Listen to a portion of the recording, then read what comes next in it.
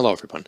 Today we are going to review the movie Take Me Home Tonight. Now I have seen this a few times and I don't think I have a review of it up yet. If I do, this is going to be, I guess, 2.0, but I don't think I've ever done this. I'll actually go back and check now, just to be sure. But if I have, consider this review 2.0, and if I haven't, this is my first review of it. So this movie is starring Topher Grace, Anna Faris, Dan Folger, and Teresa Palmer, as well as Chris Pratt, who I actually forgot was in it. There's a couple secondary characters too. Lucy Punch, Michelle Trachtenberg. Oh my God. Dimitri Martin was actually in this. Michael Ian Black was in this, as well as Bob Odenkirk, who played Barry's boss. So Matt and Barry are best friends from high school, and I guess this is sorry about that. I guess this is 4 years after. Oh my God, I have a really bad tickle in my throat. Give me a second. Okay. I think I got it. Because this is 4 years after high school. So this movie is set in the 1980s. So they're doing like this high school reunion party, I guess. At Anna Faris's character. Her name was Wendy. So Wendy has a boyfriend named Kyle. And it is funny because I believe that Anna Faris and Chris Pratt were actually together at this point in their life. So yeah, that was kind of funny to see them together. I actually forgot that they were even in this movie. I just remember Topher Grace, Dan Folger, and Teresa Palmer. Matt remembers this girl from high school like it was his high school crush, like it's the only girl he wants to be with, kind of thing. And her name is Tori Frederiksen. I believe that's how you pronounced it. Frederiksen? Something like that. They have a very weird spelling of it on here. But I believe it was... Anyway, her name's Tori. That's what we know. I might have botched the last name, but anyhow. So he actually ends up seeing her at his place of employment. She walks in, so he like goes to the back, throws off his vest of where he works at Suncoast Video, and then pretends like he's a customer coming into the store, and stands beside her, and she goes, "Oh, don't I? Oh, I'm gonna cut that out." So yeah, he comes into the store as a customer himself, and she goes, "Don't I know you from somewhere?" And they kind of get to talking, and then he says that he works at Goldman Sachs, which is a complete lie. He just wants to impress her, which I don't think she probably would have cared, to be honest, that he worked at Suncoast Video, but I mean, she did work for a firm herself, I suppose, which brought her back to Los Angeles, where they live. So I guess he's definitely trying to impress her by saying that he works at Goldman Sachs, which is, I guess, kind of like a competitor of theirs. But so they go to this party. He wasn't going to go until she said that she was going to go. So they end up really hitting it off. But mainly because I think that she thinks he's a banker, right? Or at least that's what he thinks. So they end up going through the whole night. It gets pretty crazy. Barry steals a car from his old place of employment. They end up finding cocaine in Barry's boss's car. So Barry does a lot of cocaine. Like, a lot. Ends up he ends up in a dance battle at one point and ends up kicking the guy that he's doing the dance battle with in the nuts twice. So then eventually they get out of there because Tori says she's going to go to this other party that's more, I guess, upper class, and her boss is going to be there. And she says he's a bit of a pervert, but she hasn't shown him anything, so that she still contains what she calls the boob power. And she says we can always tell when guys are looking. So they do this little game where Matt tries to look without her realizing it, and she keeps telling him now, like, now you're looking, and he goes, oh my god, that's like a superpower.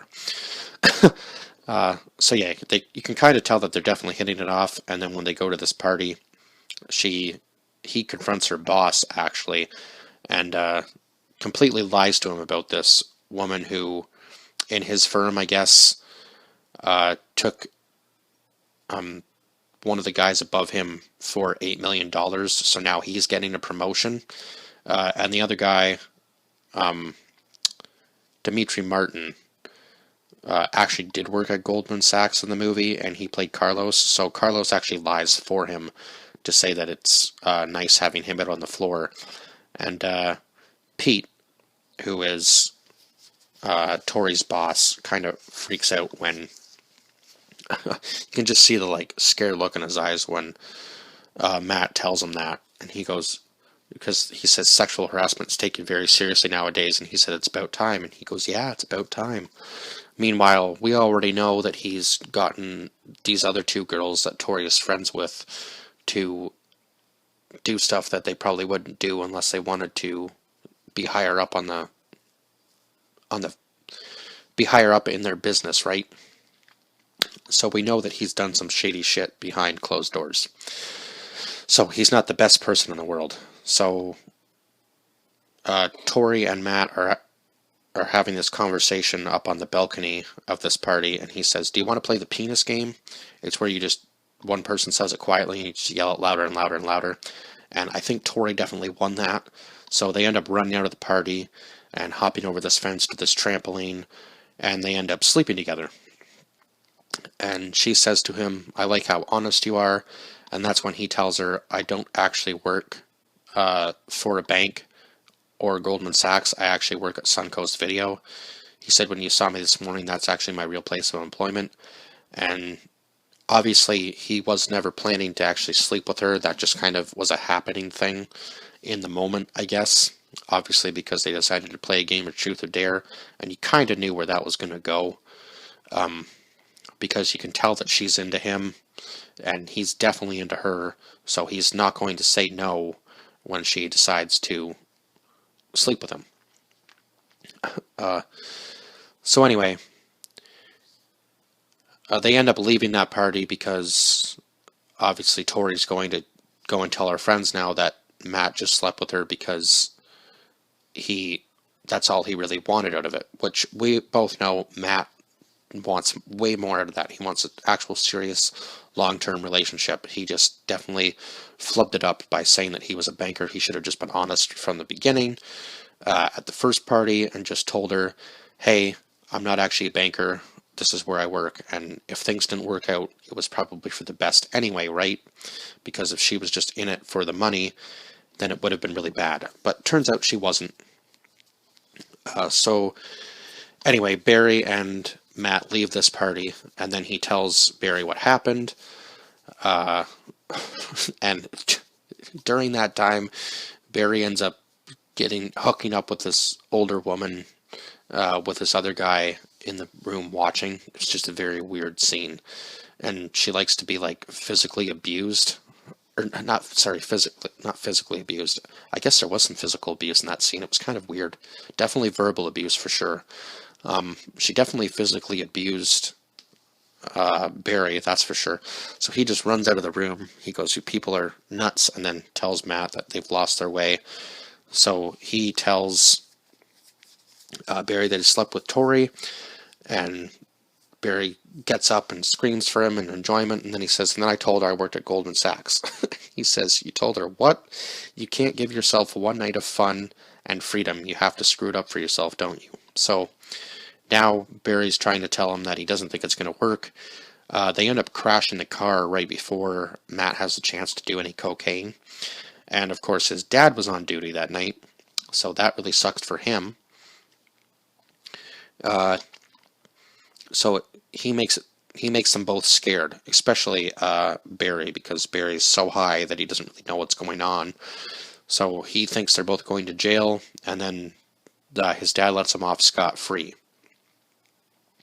His dad was definitely the tough love type because he was a little brutal to him in some of the movie, but he just wants to see him succeed. Like, take a chance with your life. It doesn't matter what you do, just go out and try new things because you never know where it could take you, right? And he knows that his son is smart, and he knows that his son has potential, so he wants him to do something with his college degree that will obviously set him up for a good life. Even though he was a little bit brutal with him in one of the scenes, telling him that he was worse than a failure because he hadn't actually tried anything yet, so he hadn't actually failed. But I can see the silver lining in that message as well. Like, you gotta take risks, right? You can't just sit there and keep thinking, well, I could do this, I could do that. You just gotta do it. Because otherwise, you're never going to really get any enjoyment or fulfillment out of life. So, Matt does take a chance. He actually ends up going back to the first party because he knows Tori is going to be there because she left her car there. So him and Barry walk back to the party, and that's when Matt decides to ride the ball, which is this, I guess, it's been this big thing in their town for years because his dad said when we used to go to parties, nobody ever rode it and nobody's ever going to ride it tonight. But it is in the back of Kyle's truck. And this is after Wendy has found out that she's not going to be accepted to Cambridge, which is in England, a college that she wanted to go to for her degree. And Kyle was obviously happy about it. I don't think in the way that she thought. I think he was just happy that she was going to be able to stay with him and they weren't going to have to move to England or anything, because I don't think he was ready for that in his life. But she does end up breaking things off with him, which is unfortunate. And then they kind of fighting through the movie anyway. So I kind of figured things were going to end badly between the two of them. But yeah, she ends it even though she said yes to marrying him earlier on in the movie. So then we go outside again to Matt actually riding the ball down the hill. And it lands in a pool. He almost drowns because he couldn't get his seatbelt undone. So when the cops are called to the house with the smashed fence in the pool, his dad actually finds his card from Suncoast Video and just puts it in his back pocket because now he knows his son has taken a risk. And him and Barry actually finds him and tackles him back into the pool again, and then they walk back to the party one more time. Asks for that's when he asks for Tori's number. Sorry, I was looking at the wrong name. And she does give it to him, and then right when she's going to leave, he kisses her, and she goes, "Wow, that was bold." And he said, "That was the scariest thing I did all night." So obviously, you know that they made up. He did apologize for lying to her. Obviously, that's not the route to take if you're going to try to win the girl, because obviously this is a movie. So I don't think she would have even acknowledged him after that point if this was real life. But I mean, you never know. Who knows? Sometimes you just got to take weird chances, I guess. I don't think I could ever lie about my job and then, years down the road go, "Oh, by the way, remember when I was joking about that?" And then I actually ended up getting hired as a banker because I knew my numbers really well. Because he is like super smart with numbers. So he does know what he's doing and talking about when it comes to that kind of stuff, but he just doesn't want to do that as a career, I don't think.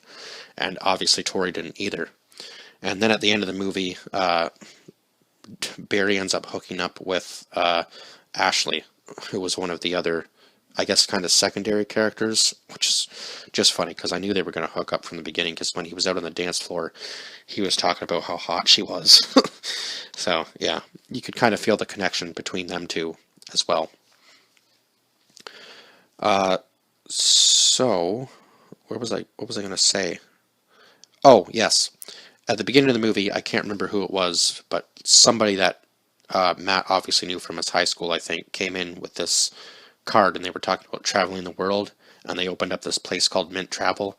And he goes, "You need to go find your humpback whale." And at the very end of the movie, Tori actually writes her number on the back of a card. And when Matt flips it over, it's the Mint Travel card. So I guess he found his humpback whale. It was Tori. Kind of a weird metaphor to use, but yeah, I guess he finally has found some sort of purpose in life. So I have to give this movie about a 7 out of 10. I mean, it's a super funny movie, for sure. And I think probably the funniest person in it, because I don't feel like he's actually trying to be funny. I think he's just naturally funny, is Dan Folger. And I've seen him in a couple other movies, and it doesn't, yeah, the comedy just kind of comes to seem effortless to him. Um, is that, did I word that right? Yeah, it comes effortless to him. Yeah, I guess so. Uh, so yeah, and the rest of them kind of seem like they have to get into like a certain character sort of thing, like get in the zone. He just delivers his jokes very well compared to the rest of them, I would say. But other than that, yeah, 7 out of 10 for this movie, just because it is kind of an older comedy style, I suppose. I don't think if this movie was made today, it would do as well. But I still recommend going to see it if you haven't. And as always, like, share, subscribe, and comment down below your thoughts on this film if you have seen it. And if you haven't seen it, again, go watch it. And I will see you guys in the next one. Bye bye for now.